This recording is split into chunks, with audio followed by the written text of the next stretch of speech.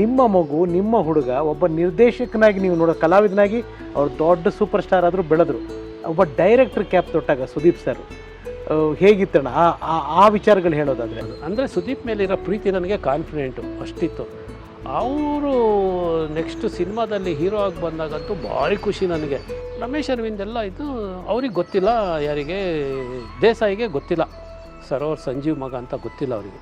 ಇವ್ರು ಹೇಳ್ಕೊಂಡಿಲ್ಲ, ಇವರು ಅವ್ರ ತಂದೆ ಹೆಸರು ಎಲ್ಲೂ ಹೇಳ್ತಿರ್ಲಿಲ್ಲ. ದೇಸಾಯಿ ಅವರೇ ಅವ್ರು ಯಾರು ಅಂತ ನಿಮ್ಗೆ ಗೊತ್ತಿಲ್ಲ, ನಾನು ಹೇಳೋದು ಇಲ್ಲ, ಅವ್ರಿಗೆ ಆ ಥರ ಎಲ್ಲ ಟ್ರೀಟ್ ಮಾಡಿಬಿಡಿ ನೀವು ದಯವಿಟ್ಟು, ಅವ್ರಿಗೆ ಸಪ್ರೇಟಾಗಿ ಒಂದು ಸ್ವಲ್ಪ ಕೂರಿಸಿ ಊಟ ಹಾಕಿ ಸರ್ ಅಂಥೇಳಿ ಹೊರಟೋಗ್ಬಿಟ್ಟೆ. ಆಮೇಲೆ ನೋಡಿದ್ರೆ ದೇಸಾಯಿ ಅವ್ರ ಪಿಕ್ಚರೇ ಸ್ಪರ್ಶ ಮಾಡಬೇಕಾಗ ಓನ್ ಬ್ಯಾನರ್, ಅವಾಗ ಗೊತ್ತಾಯ್ತು ಅವರಿಗೆ.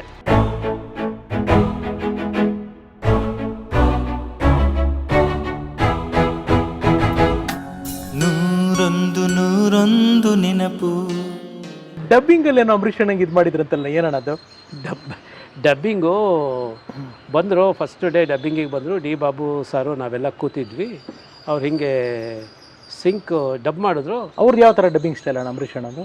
ಅಂಬರೀಷ್ ಹಿಂಗೆ ನೋಡೋರು, ಅವರು ಡಬ್ಬಿಂಗ್ ಮಾಡೋರು ಹೋಗೋರು, ಟಪ ಟಪ ಟಪ ಹೇಳೋರು. ಏನಾದ್ರು ನಾನ್ ಸಿಂಗ್ ಒಂಚೂರು ಬಂತು ಅಂದರೆ ಏಯ್ ಸಿಂಕ್ ಮಾಡ್ಕೊಳ್ಳೋ ನೀನು ಅಂತ ಇಂಜಿನಿಯರಿಗೆ ಹೇಳೋದು, ಹೋಗೋದು. ನಾನೊಬ್ಬನೇ ಏಕೈಕ ಸಿಂಕೇಶ್ವರ ಅನ್ನೋರು. ನಾನು ಮಾಡ್ದಂಗೆ ಯಾರೋ ಡಬ್ಬಿಂಗ್ ಮಾಡ್ತಾರೆ, ಒಂದೊಂದೇ ಟೇಕ್ ಎಲ್ಲ ಅನ್ನೋರು. ಬಂದರು ಡಬ್ಬಿಂಗ್ ಮಾಡೋರು. ನಾನ್ ಸಿಂಕು ಫಸ್ಟು ಒಂಚೂರು ನಾನ್ ಸಿಂಕ್ ಇತ್ತು. ನಾನಿದ್ದರು ಒನ್ ಮೋರ್ ಅಂದೆ. ಒನ್ ಮೋರ್ ಅನ್ನೋಕ್ಕೂ ಧೈರ್ಯ ಬೇಕು. ಹೌದು, ಅಯ್ಯೋ ಅಂಥ ಲೆಜೆಂಡ್ಗಳಿಗೆ ಅವ್ರ ಮುಂದೆ ಎಲ್ಲ ವಿಷ್ಣು ಸಾರಿಗೆ ಒನ್ ಮೋರ್ ಅನ್ನೋಕ್ಕೆ ಧೈರ್ಯ ಬೇಕು. ಅದು ಒನ್ ಮೋರ್ ಅಂದರೆ ನಾನು ಡಬ್ಬಿಂಗ್ ಮಾಡಿ ತೋರಿಸ್ಬೇಕು, ನೀನು ಮಾಡೋ ಡಬ್ಬಿಂಗ್ ಅನ್ನೋರು. ನಾನು ಮಾಡ್ತಿದ್ದೆ ಇಮ್ಮಿಡಿಯೇಟಾಗಿ, ಯಾಕಂದರೆ ನಾನು ಕಲ್ತಿದ್ದೆ ಎಡಿಟರ್ ಸರ್ ಭಕ್ತ ಸರ್ ಹತ್ರಲ್ಲ, ಚಕ್ಕಂತ ನಾನು ಸಿಂಕ್ ಮಾಡಿ ತೋರಿಸ್ತಿದ್ದೆ. ಹಾಗಾಗಿ ಏನಕ್ಕೆ ಒನ್ ಮೋರು, ಓಕೆ ಕಣ ಅದು ಅಂದರು. ಸರ್ ನಾನು ಸಿಂಕ್ ಬಂದಿದೆ ಸ್ವಲ್ಪ, ನನಗೆ ನಾನು ಸಿಂಕ್ ಅಂತೀಯ ನೀನು ಅಂದರು. ಸರ್ ಒಂದು ನಿಮಿಷ ಅಂದರು. ಆಮೇಲೆ ಒಳಗಡೆ ಕೋದಂಡಪಾಣಿ ಅವ್ರು ಇಂಜಿನಿಯರ್ ಇದ್ದರು. ಅಂಬಿ ನಾನು ಸಿಂಕು ಅಂತ ಅವರು ಭಾರಿ ನೈಸಲ್ಲಿ, ಹೌದಾ ಎಲ್ಲಿ ಇನ್ನೊಂದ್ಸಲ ಹಾಕೊಂಡ್ರು. ನೀನು ಮಾಡೋ ನೋಡೋಣ ಅಂದರು. ವಿಷ್ಣು ಸಾರು ಇದೇ ಹೇಳಿದರು, ಸೇಮ್ ಡೈಲಾಗು ಅಂಬರೀಷು ಇದೇ ಹೇಳಿದರು ನನಗೆ. ನಾನು ಮಾಡಿದೆ. ಅಲ್ಲಿ ನಿಂತ್ಕೊಂಡು ಸ್ಕ್ರೀನ್ ಹತ್ರ ನಿಂತ್ಕೊಂಡು ಸಿಂಗ್. ಭಕ್ತ ಸರ್ ಭಕ್ತ ವತ್ಸಲಂ ಶಿಷ್ಯ ಅಲ್ಲ ನೀನು, ಅದಕ್ಕೆ ನಿಂಗೆ ಕೊಬ್ಬು ಜಾಸ್ತಿ. ಭಕ್ತ ಸರ್ ಶಿಷ್ಯ ಅಲ್ವಾ ನೀನು, ಅದಕ್ಕೆ ಕೊಬ್ಬು ಜಾಸ್ತಿ, ಅದಕ್ಕೆ ನಿಂಗೆ ನಾನು ಡಬ್ ಮಾಡ್ತೀನಿ ಅನ್ನೋದೆಲ್ಲ ಆ ಥರ ಏನಿಲ್ಲ ಸರ್. ಆಯಿತು ಅಂತ ಒನ್ ಮೋರ್ ಮಾಡಿದ್ರು. ಒನ್ ಮೋರ್ ಮಾಡಿದ್ದೆ. ನೆಕ್ಸ್ಟು ಓಕೆನಾ ಅಂತ ಇವ್ರ ಹತ್ರ ಕೇಳ್ತಿರಲ್ಲ, ಡಿ ಬಾಬು ಹತ್ರ.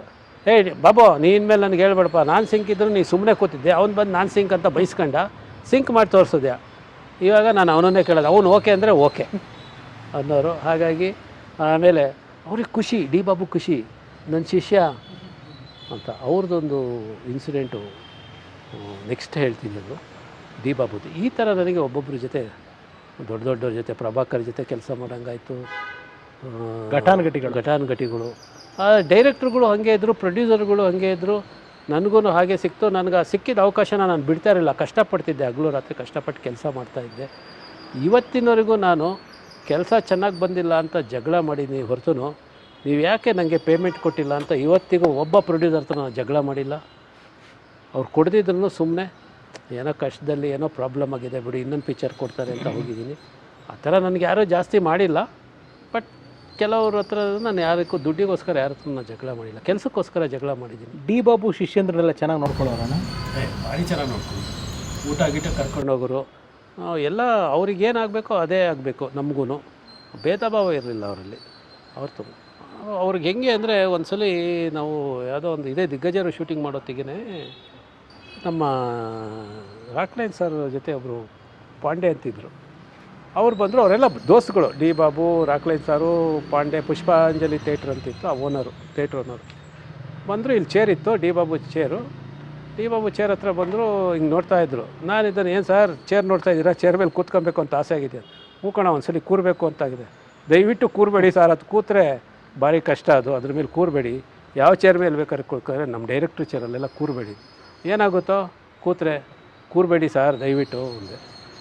ಸಲಿಗೆ ಅಲ್ವಾ, ಡಿ ಬಾಬು ಅವರೆಲ್ಲ ಏನೋ ಬರೋ ಫ್ರೆಂಡ್ಸ್ ಅಲ್ವಾ, ಆ ಥರ ಏನು ಮಾಡ್ರು, ಆ ಸಲಿಗೆ ಮೇಲೆ ಚೇರಲ್ಲಿ ಕೂತ್ಬಿಟ್ಟು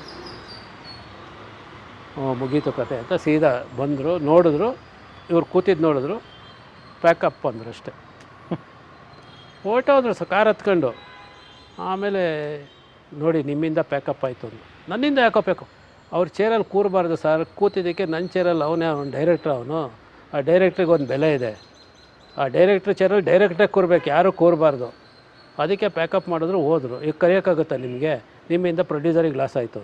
ಅಯ್ಯಪ್ಪ ಇವ್ನು ಸವಾಸ ಬೇಡಪ್ಪ ಅಂತ ಹೇಳ್ಬಿಟ್ಟು ನೆಕ್ಸ್ಟ್ ಡೇಯಿಂದ ಅವರು ಏನಯ್ಯ ಬಾಬು ಈ ಥರ ಮಾಡಿಬಿಟ್ಟೆ. ಪ್ರೊಫೆಷನ್ ಬೇರೆ, ಫ್ರೆಂಡ್ಶಿಪ್ ಬೇರೆ. ನನ್ನ ಜಾಗಕ್ಕೆ ನಾನೇ ಕೂರ್ಬೇಕು, ನೀನು ಯಾರೂ ಕೂರೋಕ್ಕಾಗಲ್ಲ. ಆ ಥರ ಒಬ್ಬರು ಡಿ ಬಾಬು ಅವ್ರು. ಹೇಗೆ ಅಂದರೆ ತುಂಬ ಇದು, ಅವ್ರು ಮಧ್ಯಾಹ್ನ ಮಲಗಿದ್ರು ಅಂದರೆ ಫ್ರೆಶ್ಶಾಗಿ ಅವ್ರೇನು ಮಾಡೋರು, ಒಂದು ಲೈಟಿಂಗ್ ಹೇಳಿಬಿಡೋರು. ಮಧ್ಯಾಹ್ನ ಆದರೆ ಒಂದು ವೈಟ್ ಶಾಟ್ ಇಟ್ಬಿಡೋರು ಬ್ರೇಕ್ ಟೈಮಲ್ಲಿ. ಕ್ಯಾಮ್ರಾಮನಿಗೆ ಕರೆದೆ, ಬ್ರೇಕ್ ಆದ ತಕ್ಷಣ ಇದೆಲ್ಲ ಲೈಟಿಂಗ್ ಮಾಡೋ ಅನ್ನೋರು. ಆ ಲೈಟಿಂಗ್ ಮಾಡೋಕ್ಕೆ 1 ಅವರ್ ಬೇಕು. 1 ಅವರ್ ನನಗೆ ಯಾವಾಗಲೂ ತುಂಬ ಸುಸ್ತಾದಾಗ ನಾನೇನಾದರೂ ರೆಸ್ಟ್ ತಗೊಬೇಕು ಅಂದರೆ ಈ ಥರ ಐಡಿಯಾ ಮಾಡು ಸುರೇಶ ಅನ್ನೋರು. 1 ಅವರ್ ಲೈಟು, ಇವ್ರು ಬ್ರೇಕ್ ಆದ ತಕ್ಷಣ ಊಟ ಮಾಡಿ ಹೋಗಿ ಅವ್ರು ಮಲ್ಕೊಂಬಿಡೋರು. ಅದು 2 ಗಂಟೆಗೆ ನಾವೆಲ್ಲ ಓಪನ್ ಎಲ್ಲ ಎದ್ದುಬಿಟ್ಟು ಎಲ್ಲ ರೆಡಿ ಮಾಡ್ತಾಯಿದ್ರೆ, ನಂದು ಏನು ಗುಣ ಅಂದರೆ ಮೊದಲಿಂದನೂ ನಾನು ಮಲಗ್ತಿರ್ಲಿಲ್ಲ. ನನಗೆ ಬ್ರೇಕ್ ಅಂದರೆ ಯಾರು ಮಲಗಿದ್ರು ನನಗೆ ಇಷ್ಟ ಆಗ್ತಾ ಇರಲಿಲ್ಲ. ಬ್ರೇಕ್ ಅಂದ ತಕ್ಷಣ ಊಟ ಆಯಿತು ಅಂದರೆ ಕ್ಯಾಮ್ರಾ ಅಲ್ಲೇ ಬಿಟ್ಟಿರೋರು, ಲೆನ್ಸ್ಗಳು ಅಲ್ಲಿ ಬಿಟ್ಟಿರೋರು, ಸ್ಟೂಲ್ಗಳು ಎಲ್ಲ ಅಲ್ಲಲ್ಲಿ ಪ್ರಾಪರ್ಟಿಗಳು ಬಿಟ್ಟಿರೋರು, ಆರ್ಟಿಸ್ಟ್ ಎಲ್ಲೆಲ್ಲೋ ಮಲಗಿರೋರು. ಹೋಗಿ ನಂದು ಊಟ ಆದ ತಕ್ಷಣ ಯಾರ್ಯಾರು ಎಲ್ಲೆಲ್ಲಿ ಮಲಗಿದ್ದಾರೆ, ಯಾವ್ಯಾವ ಪ್ರಾಪರ್ಟಿ ಎಲ್ಲೆಲ್ಲಿದೆ, ಕ್ಯಾಮ್ರಾ ಎಲ್ಲೆಲ್ಲಿದೆ ಎಲ್ಲ ನೋಡ್ಕೊಂಬರೋದು. ನನಗಿದು ಭಕ್ತ ಸರ್ ಅವರಿಂದ ನಾನು ಇವೆಲ್ಲ ಅವರೆಲ್ಲ ನನಗೆ ಅಬ್ಸರ್ವೇಷನ್ ಅಂದರೆ ಹೇಗಿರಬೇಕು ಅನ್ನೋದೆಲ್ಲ ಹೇಳ್ಕೊಡೋರು. ಹಾಗಾಗಿ ಭಕ್ತ ಸರಿಂದ ನಾನು ಅವೆಲ್ಲ ಕಲ್ತಿದ್ದು. ಯಾಕಂದರೆ ಆರ್ಟಿಸ್ಟು ಇವಾಗ ನಾವು ಇಲ್ಲೆಲ್ಲೋ ಇರ್ತಿದ್ವಿ, ಅವಾಗೆಲ್ಲ ಕ್ಯಾರವೆನ್ನು ಅದೆಲ್ಲ ಇಲ್ಲಲ್ಲ. ಎಲ್ಲಿ ನೆರಳಿರುತ್ತೋ ಅಲ್ಲಿ, ಎಲ್ಲಿ ರೂಮ್ ಇರುತ್ತೋ ಅಲ್ಲಿ. ಶಾರ್ಟ್ ರೆಡಿ ಅಂದರೆ ನಾವು ಮೇಕಪ್ಪಿಗೆ ಕರಿಬೇಕು 3/4 ಗಂಟೆ 1/4 ಗಂಟೆ. ಅವಾಗ ನಾವು ನೋಡ್ಕೊಬೇಕು. ಅವಾಗ ಸಲೀಸಾಗೋಗಿ ಸರ್ ಎದ್ದೇಳಿ ಸರ್, ನಾನು 1/4 ಗಂಟೆ ಮೇಕಪ್ ಟಚ್ ಮಾಡ್ಕೊಂಡು ಅನ್ನೋರು ಇದು ಮಾಡೋರು. ಆವಾಗ ಜನಗಳು ಯಾರಾದರೂ ಬಂದರು ಅಂದರೆ ಕ್ಯಾಮ್ರಾ ಏನಾದರೂ ವಸ್ತು ಮುಟ್ಟಿಬಿಟ್ರೆ ಅಂತ ಅದೆಲ್ಲದ್ರ ಬಗ್ಗೆನೂ ನಮಗೆ ಗಮನ ಇರಬೇಕು ಅಂತ ಆ ಥರ. ಹಾಗಾಗಿ ಇವರು ಮಲ್ಕೊಂಬಿಡೋರು. ಮಲ್ಕೊಂಡಾದ್ಮೇಲೆ ನಾನು ಕರೆಕ್ಟಾಗಿ 2:45 ಹೋಗಿ, ಸರ್ ಶಾರ್ಟ್ ರೆಡಿ ಆಗ್ತಾಯಿದೆ 1/4 ಗಂಟೆ. ಅವಾಗ ಹೇಳೋರು. ಎದ್ದ ತಕ್ಷಣ ಅವರೇ ಕ್ಲೀನಾಗಿ ಮೇಕಪ್ ಹುಡುಗ ಒಂದು ಒಂದು ಟವಲಿಗೆ ಇಡಿ ಕ್ಲೀನ್ ಎಲ್ಲ ಹಾಕಿ ಸೋಪ್ ಇಟ್ಕೊಂಡು ಎಲ್ಲ ಇದು ಮಾಡೋರು. ಎಲ್ಲ ಮುಖ ಗಿಕ್ಕ ಎಲ್ಲ ತೊಳೆದು ಮೇಕಪ್ ಒಂಚೂರು ಮಾಡೋರು. ಏನು ಸರ್ ನೀವು ಮೇಕಪ್ ಮಾಡ್ಕೊತೀರ, ನಿಮ್ಮನ್ನು ಯಾರು ನೋಡ್ತಾರೆ? ನನ್ನ ಮೈಂಡ್ ಫ್ರೆಶ್ ಆಗಿರ್ಬೇಕು ಕಣೋ, ನಾನು ಚೆನ್ನಾಗಿದ್ರೇ ಅವರೆಲ್ಲ ಚೆನ್ನಾಗಿ ಕಾಣೋದು. ನಾನು ನಿದ್ದೆ ಮುಖದಲ್ಲಿದ್ದರೆ ಅವರು ನಂಗೆ ನಿದ್ದೆ ಮುಖದಲ್ಲೇ ಕಾಣ್ತಾ ಇರ್ತಾರೆ. ಹಾಗಾಗಿ ನನಗೆ ಮೇಕಪ್ ಅದಕ್ಕೆ ನಾನು ಮಾಡ್ಕೊಳ್ಳೋದು. ಹಾಗಾಗಿ ನಾವು ಫ್ರೆಶ್ ಆಗಿರಬೇಕು. ಅವ್ರಿಗೆ ನನ್ನ ಮುಖ ನೋಡಿದ್ರೆ ಖುಷಿ ಆಗಬೇಕು ಕಣ. ನಾನು ನಿದ್ದೆ ಮುಖ ಮಾಡಿದ್ರೆ ಆರ್ಟಿಸ್ಟಿಗೆ ಮೂಡೋ ಎಲ್ಲೋ ಬರುತ್ತೆ. ಅದಕ್ಕೆ ನಾನು ಯಾವಾಗಲೂ ಹ್ಯಾಂಡ್ಸಮ್ ಆಗಿರಬೇಕು. ಒಬ್ಬ ಡೈರೆಕ್ಟರ್ ಅದನ್ನು ಯಾವತ್ತೂ ಹ್ಯಾಂಡ್ಸಮ್ ಆಗಿರಬೇಕು ಅನ್ನೋರು. ಹಾಗಾಗಿ ಡಿ ಬಾಬುದು ಇದೊಂದು ಈ ಥರ ತುಂಬ ಇದೆ ಅವ್ರದ್ದು ಬಗ್ಗೆ ಕಲಿಯೋದು ಮಾಡೋದು. ತುಂಬ ಲೆಜೆಂಡ್ ಅವ್ರು ಡೈರೆಕ್ಟರ್ ಅವರು.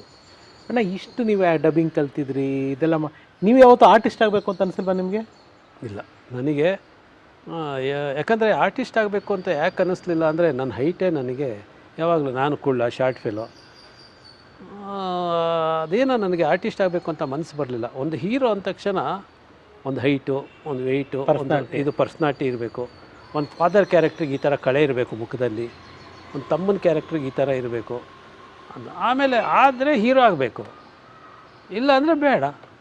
ಹೀರೋ ಆಗ ನಂದು ಪರ್ಸ್ನಾಲಿಟಿ ಅಲ್ಲ. ಯಾಕೆ ಆಸೆ ಪಡಬೇಕು ನಾನು?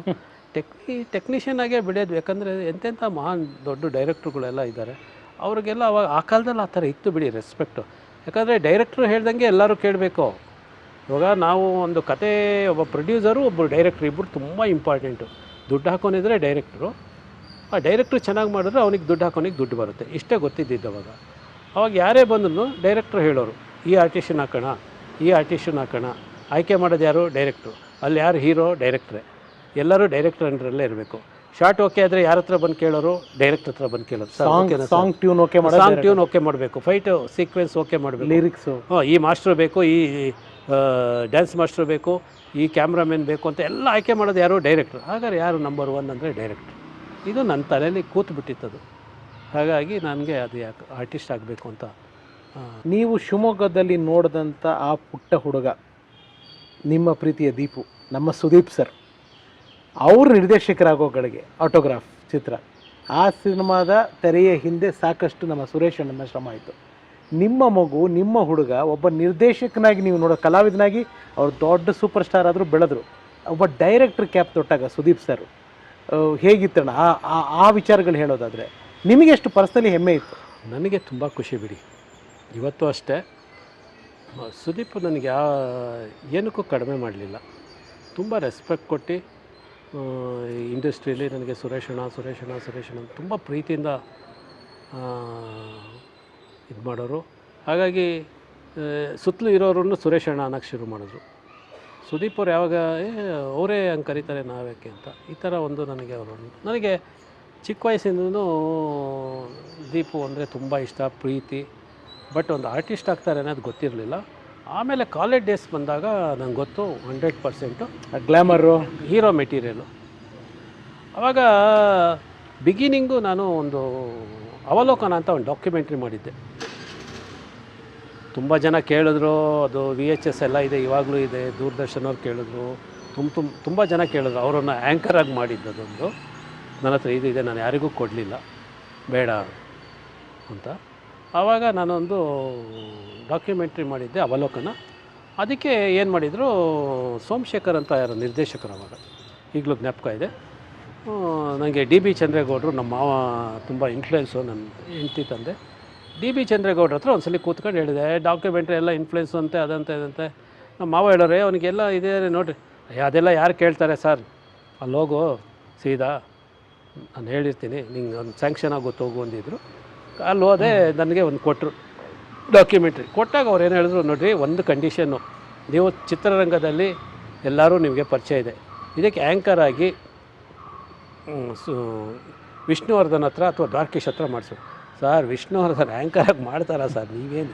ದ್ವಾರಕೀಶ್ ಕ್ಲೋಸ್ ಆಗಿದ್ದಾರೋ, ದ್ವಾರಕೀಶ್ ಹತ್ರ ಒಂದು ಓಪನಿಂಗು ನೀವು ಮಾತಾಡಿಸಿ, ಅಟ್ಲೀಸ್ಟು ದ್ವಾರಕೀಶ್ ಹತ್ರ ಮಾತಾಡಿಸ್ಬೋದು ಸರ್, ಬಟ್ ಆ್ಯಂಕರಾಗೆಲ್ಲ ಮಾಡೋಕ್ಕಾಗಲ್ಲ. ಅದು ಬಿಗಿನಿಂಗ್, ಅದಕ್ಕೊಂದು ಓಪನಿಂಗು ಇವರು ಈ ಥರ ದೊಡ್ಡ ಯಾರು ಫೇಮಸ್ ಇದ್ದಾರೆ ಅವ್ರ ಹತ್ರ ಎಲ್ಲ ಮಾತಾಡ್ಸೋರು. ನನಗೆ ಇದ್ದಿದ್ದವಾಗ ಸುದೀಪ್ ಹತ್ರ ಮಾಡಿಸ್ಬೇಕು ಅಂತ. ಸುದೀಪ್ ಆವಾಗ ಕಾಲೇಜ್ ಇನ್ನೂ ಮುಗ್ದಿತ್ತು ಅಂತ ಕಾಣುತ್ತೆ. ಆವಾಗ ಸುದೀಪ್ ಅವ್ರ ಮನೆಗೆ ಹೋಗಿ, ನಮ್ಮ ಶಶಿ ಅಂತ ಕ್ಯಾಮ್ರಾಮನ್ ಇದ್ದ, ದೀಪು ಹೀಗೆ ಒಂದು ಅವಲೋಕನ ಅಂತ ಒಂದು ಡಾಕ್ಯುಮೆಂಟ್ರಿ ಇದೆ, ಅದಕ್ಕೆ ನೀನು ಆ್ಯಂಕರಾಗಿ ಮಾಡಬೇಕು, ಇಲ್ಲೇ ಮನೇಲೇ ಕೂತ್ಕೊಂಡು ಶೂಟ್ ಮಾಡ್ತೀವಿ ಅಂತ. ಆಯ್ತಣ್ಣ ಮಾಡ್ತೀನಿ ಅಂತ ಅಂದರು. ಅದ್ರ ಸ್ಕ್ರಿಪ್ಟ್ ಎಲ್ಲ ಹಿಂದಿನ ದಿವಸನೇ ತೊಗೊಂಡೋಗಿ ಎಲ್ಲ ಅದೆಲ್ಲ ಕೊಡು ಅಂತ. ಆ ಸ್ಕ್ರಿಪ್ಟ್ ಎಲ್ಲ ತೊಗೊಂಡೋಗಿ ಹಿಂದಿನ ದಿವಸ ಕೊಟ್ಟೆ. ಫುಲ್ ಎಲ್ಲ ರೆಡಿ ಮಾಡಿ ಎಲ್ಲ ಆಗಿತ್ತು. ನೆಕ್ಸ್ಟ್ ಡೇ ಬೆಳಿಗ್ಗೆ ಹೋದ್ವಿ, ಅವ್ರ ಮನೇಲೇ ಶೂಟ್ ಮಾಡಿದ್ವಿ. ಹೀಗೆ ಕೂತ್ಕೊಂಡು ಅದ್ರ ಬಗ್ಗೆ ಎಲ್ಲ ಹೇಳ್ತಾರೆ, ಫುಲ್ಲು ಅವಲೋಕನದ ಬಗ್ಗೆ ಎಲ್ಲ ಹೇಳ್ತಾರೆ. ಮಧ್ಯದಲ್ಲಿ ಅವ್ರದ್ದು ಬರುತ್ತೆ. ಅದು ಫಸ್ಟ್ ಟೈಮು ಆವಾಗ ಸುದೀಪ್ ಅವ್ರ ಅಕ್ಕ ಹೇಳಿದ್ರು, ಸುರೇಶಣ್ಣ ರಾತ್ರಿಯೆಲ್ಲ ನಿದ್ದೆನೇ ಮಾಡಿಲ್ಲ, ನೀನು ಬಂದು ಇಲ್ಲಿ ಕೊಟ್ಟೋಗ್ಬಿಟ್ಟೆ, ರಾತ್ರಿಯೆಲ್ಲ ಪ್ರಾಕ್ಟೀಸ್ ಮಾಡ್ತಾ ಕೂತಿದ್ರು, ಬೆಳಿಗ್ಗೆನ ಕ್ಯಾಮ್ರಾ ಎದುರುಗಡೆ ಮಾತಾಡಬೇಕು, ಇವೆಲ್ಲ ಹೇಳಬೇಕು, ತೊದಲಬಾರ್ದು, ನನ್ನ ಮೇಲೆ ನಂಬಿಕೆಯಿಂದ ಬಂದಿದ್ದಾರೆ ಅಂತ ಹೇಳ್ಬಿಟ್ಟು ಅಂತ. ಆವಾಗ ಸುದೀಪ್ ಅವ್ರ ಹತ್ರ ಮಾಡಿಸ್ಕೊಂಡೆ, ಅದೆಲ್ಲ ಹೋದೆ, ಚೆನ್ನಾಗಿ ಮಾಡಿದ್ರು, ಹ್ಯಾಂಡ್ಸಮ್ ಆಗಿದ್ರು. ದೂರದರ್ಶನಿಗೆ ಹೋದರೆ, ರೀ ಇದೇ ರೀ ದ್ವಾರಕೀಶ್ ಹತ್ರ ಮಾಡಿಸಿ, ವಿಷ್ಣುದು ಇದೆ ಅಥವಾ ಹುಡುಗನ ಹತ್ರ ಮಾಡಿಸ್ಕೊಂಬಂದಿದ್ದಾರಲ್ಲಿ. ಸುದೀಪ್ ಅಂದರೆ ಗೊತ್ತಿಲ್ಲ ಅವಾಗ ಅವರಿಗೆ. ರೀ ಹುಡುಗ ಅಲ್ಲ ರೀ, ಹ್ಯಾಂಡ್ಸಮ್ ಫಿಲ್ಲ, ನೋಡಿರಿ ಮುಖ ನೋಡಿರಿ ಹೆಂಗಿದೆ, ಚೆನ್ನಾಗಿಲ್ಲೇನು ರೀ? ಚೆನ್ನಾಗಿದೆ, ಮತ್ತು ಏನು ಫೇಮಸ್ ಆಗಬೇಕು ಅಂತಿದ್ದೇನೆ ರೀ, ನಿಮ್ಮ ಬಗ್ಗೆ ಮಾಹಿತಿ ಬೇಕು, ಮಾಹಿತಿ ಹೇಳಿದಾರಲ್ಲೇನು ರೀ, ಇನ್ನೇನು ರೀ ಬೇಕು? ಮುಂದೆ ಒಂದು ದಿವಸ ಕರ್ನಾಟಕದಲ್ಲಿ ದೊಡ್ಡ ಹೀರೋ ಆಗ್ತಾರೆ ರೀ ಮುಂದೆ, ಏನೋ ಬಿಡಿ ಸರ್ ಅಂತ DB ಚಂದ್ರೇಗೌಡ ಕಡೆಯಿಂದ ಹೋಗಿದ್ನಲ್ಲ, ಕ್ಯಾನ್ಸಲ್ ಮಾಡೋ ಪರಿಸ್ಥಿತಿಯಲ್ಲಿ ಇರಲಿಲ್ಲ. ಹಾಗಾಗಿ ಅವಲೋಕನದಲ್ಲಿ ಅಲ್ಲಿ ಅವತ್ತೇ ನನಗೆ ಕಾನ್ಫಿಡೆಂಟು, ಸುದೀಪು ದೊಡ್ಡ ನಟನಾಗ್ತಾರೆ, ಅವ್ರ ಹತ್ರ ಎಲ್ಲ ಇದೆ. ಏನಕ್ಕಂದರೆ ಅದು ಬ್ಲಡ್ಡಲ್ಲೇ ಇದೆ. ಯಾಕಂದರೆ ಸುದೀಪ್ ಅವ್ರ ತಂದೆ ವೆರಿ ಹ್ಯಾಂಡ್ಸಮ್ಮು, ಆಮೇಲೆ ಒಳ್ಳೆ ವಾಕ್ಚಾತುರ್ಯ, ತುಂಬ ಚೆನ್ನಾಗಿ ಮಾತಾಡೋರು, ಅದೇ ಪರ್ಸ್ನಾಲಿಟಿ ಅದೆಲ್ಲ ಇತ್ತಲ್ಲ, ಅದೆಲ್ಲ ಇರುತ್ತೆ ಅನ್ನೋದೊಂದು ನನಗೆ ಗೊತ್ತು. ಆಮೇಲೆ ನಮ್ಮ ಫ್ಯಾಮಿಲಿಯಲ್ಲೂ ನಮ್ಮ ತಾತ ಸಂಗೀತ ವಿದ್ವಾನಾಗಿದ್ದರು, ಶಿವರಾಜ್ ಇದ್ದರು, ಇದೆಲ್ಲ ಬ್ಲಡ್ಡಲ್ಲಿದೆ ಅನ್ನೋದೊಂದು ನನ್ನ ತಲೆಯಲ್ಲಿ ಕೂತ್ಬಿಟ್ಟಿತ್ತು. ಅಷ್ಟೊತ್ತಿಗೆ ನಮ್ಮ ಗೆಜ್ಜೆನಾದ ವಿಜಿ ಅವನು ಚಿಕ್ಕಮ್ಮನ ಮಗ, ಅವನು ಕೂಡ ದ್ವಾರಕೀಶ್ ಜೊತೆ ಎಲ್ಲ ವರ್ಕ್ ಮಾಡಿದ್ದ, ಅಸೋಸಿಯೇಟಾಗಿ ಎಲ್ಲ ಮಾಡಿದ್ದ, ಎಲ್ಲರೂ ಇದ್ದಾರೆ ಅನ್ನೋದು ನನ್ನ ತಲೆಯಲ್ಲಿ. ಆಮೇಲೆ ಸುದೀಪು ನಂಗೆ ಮೊದಲಿಂದನೂ ಅದಕ್ಕೆ ಕನ್ನಡ ರಾಜ್ಯ ಅಂತ ನಮ್ಮ ಅಪ್ಪ ಸತ್ತೋದ್ರು. ಹೌದು, ನಾನು ಕನ್ನಡ ರಾಜ್ಯ ಎಷ್ಟು ಕಡೆ ಹೋಗ್ಬಿಟ್ಟು ನಮ್ಮ ಸುದೀಪುನ ಇದು ಮಾಡಿರಿ ಹೀರೋ ಮಾಡಿರಿ ಅಂತ ಎಲ್ಲ ಕೇಳ್ಕೊಂಬರ್ತಾಯಿದ್ವಿ. ಅದು ಯೋಗಿಗೂ ಗೊತ್ತಿದೆ ಅಂತ ಕಾಣುತ್ತೆ. ಯೋಗಿ ಮನೆಯಲ್ಲೂ ಬಂದು ಹೇಳಿದ್ದೆ ಒಂದ್ಸಲಿ, ಸರ್ ಅವ್ನು ಹಾಕೊಂಡು ಮಾಡಿ ಅಂತ. ಅದೆಲ್ಲ ಹಳೆಯ ದಿನಗಳು. ಅದು ಅಂದರೆ ಸುದೀಪ್ ಮೇಲಿರೋ ಪ್ರೀತಿ ನನಗೆ ಕಾನ್ಫಿಡೆಂಟು ಅಷ್ಟಿತ್ತು. ಅವರು ನೆಕ್ಸ್ಟು ಸಿನಿಮಾದಲ್ಲಿ ಹೀರೋ ಆಗಿ ಬಂದಾಗಂತೂ ಭಾರಿ ಖುಷಿ ನನಗೆ. ಅದರೊಳಗಂತೂ ನನಗೆ ಹುಚ್ಚ ಪಿಕ್ಚರು ಅಂದರೆ ನಿಜವಾಗ್ಲೂ ಸುದೀಪು ಅವರೊಂದು ದೇಸಾಯಿ ಪಿಕ್ಚರ್ ಯಾವುದೋ ಒಂದು ಸ್ಪರ್ಶ ಅಲ್ಲ, ಪ್ರತ್ಯರ್ಥದಲ್ಲಿ ಇರಬೇಕೇನೋ, ಅದರೊಳಗೆ ಒಂದು ಆ್ಯಕ್ಟ್ ಮಾಡಿ ಗೆಸ್ಟ್ ರೋಲು. ನಾನು ಇನ್ಯಾರೋ ನಮ್ಮ ಡೈರೆಕ್ಟರೆಲ್ಲ ಮೈಸೂರಿಗೆ ಲೊಕೇಶನ್ ನೋಡೋಕೆ ಹೋಗಿದ್ವಿ. ಮೈಸೂರಲ್ಲಿ ಲಲಿತಾ ಮಾಲಲ್ಲಿ ಶೂಟಿಂಗ್ ನಡೀತಾ ಇತ್ತು. ರಮೇಶ್ ಹೀರೋ ಅದಕ್ಕೆ. ಹೌದು, ರಮೇಶ್ ಅರವಿಂದು ಹೀರೋ. ರಮೇಶ್ ಅರವಿಂದ್ ಎಲ್ಲ ಇದು ಅವ್ರಿಗೆ ಗೊತ್ತಿಲ್ಲ, ಯಾರಿಗೆ ದೇಸಾಯಿಗೆ ಗೊತ್ತಿಲ್ಲ, ಸರೋವರ್ ಸಂಜೀವ್ ಮಗ ಅಂತ ಗೊತ್ತಿಲ್ಲ ಅವರಿಗೆ. ಇವ್ರು ಹೇಳ್ಕೊಂಡಿಲ್ಲ, ಇವರು ಅವ್ರ ತಂದೆ ಹೆಸರು ಎಲ್ಲೂ ಹೇಳ್ತಿರ್ಲಿಲ್ಲ. ದೇಸಾಯಿ ಅವರೇ ಅವ್ರು ಯಾರು ಅಂತ ನಿಮ್ಗೆ ಗೊತ್ತಿಲ್ಲ, ನಾನು ಹೇಳೋದು ಇಲ್ಲ, ಅವ್ರಿಗೆ ಆ ಥರ ಎಲ್ಲ ಟ್ರೀಟ್ ಮಾಡಿಬಿಡಿ ನೀವು ದಯವಿಟ್ಟು, ಅವ್ರಿಗೆ ಸಪ್ರೇಟಾಗಿ ಒಂದು ಸ್ವಲ್ಪ ಕೂರಿಸಿ ಊಟ ಹಾಕಿ ಸರ್ ಅಂಥೇಳಿ ಹೊರಟೋಗ್ಬಿಟ್ಟೆ. ಆಮೇಲೆ ನೋಡಿದ್ರೆ ದೇಸಾಯಿ ಅವ್ರ ಪಿಕ್ಚರೇ ಸ್ಪರ್ಶ ಮಾಡಬೇಕಾಗ ಓನ್ ಬ್ಯಾನರ್. ಅವಾಗ ಗೊತ್ತಾಯ್ತು ಅವರಿಗೆ, ಓ ಸರೋವರ್ ಸಂಜೀವ್ ಮಗ ಅಂತ ಗೊತ್ತಾಗಿ ಆಮೇಲೆ ಇವ್ರು ಇದು ಮಾಡಿ ಆಮೇಲೆ ಆ ಸಿನಿಮಾ. ಡೈರೆಕ್ಟ್ರಾಗಿ ಹೇಗಿದ್ರೆ ಆಟೋಗ್ರಾಫಲ್ಲಿ ಸುದೀಪ್ ಸರ್? ನಮ್ಮ ಅದೃಷ್ಟ ಅವತ್ತು ನಾನು ಸುಮ್ಮನೆ ಆ ಮೇಲ್ ಓರಿಯೆಂಟೆಡ್ ಇಟ್ಕೊಂಡು ದರ್ಶನಿಗೆ ಹಾಕಿ ಮಾಡಿದರೆ ನಾನು ಇವಾಗ ಟಾಪ್ ಡೈರೆಕ್ಟ್ರಲ್ಲಿ ನಾನು ಒಂದು ಇರ್ತಿದ್ನೋ ಏನೋ ಅಂತ. ಬಟ್ ಫೇಟ್ ಅಂತೀವಲ್ಲ, ಅದು ನನ್ನನ್ನು ಈ ರೀತಿ ಕರ್ಕೊಂಬಂದು ಪ್ರೇಮದಲ್ಲಿ ಶಿವಧ್ವಜ್ ಬರಂಗಾಯಿತು. ಶಿವಧ್ವಜ್ ಮಾಡಿದ್ರು.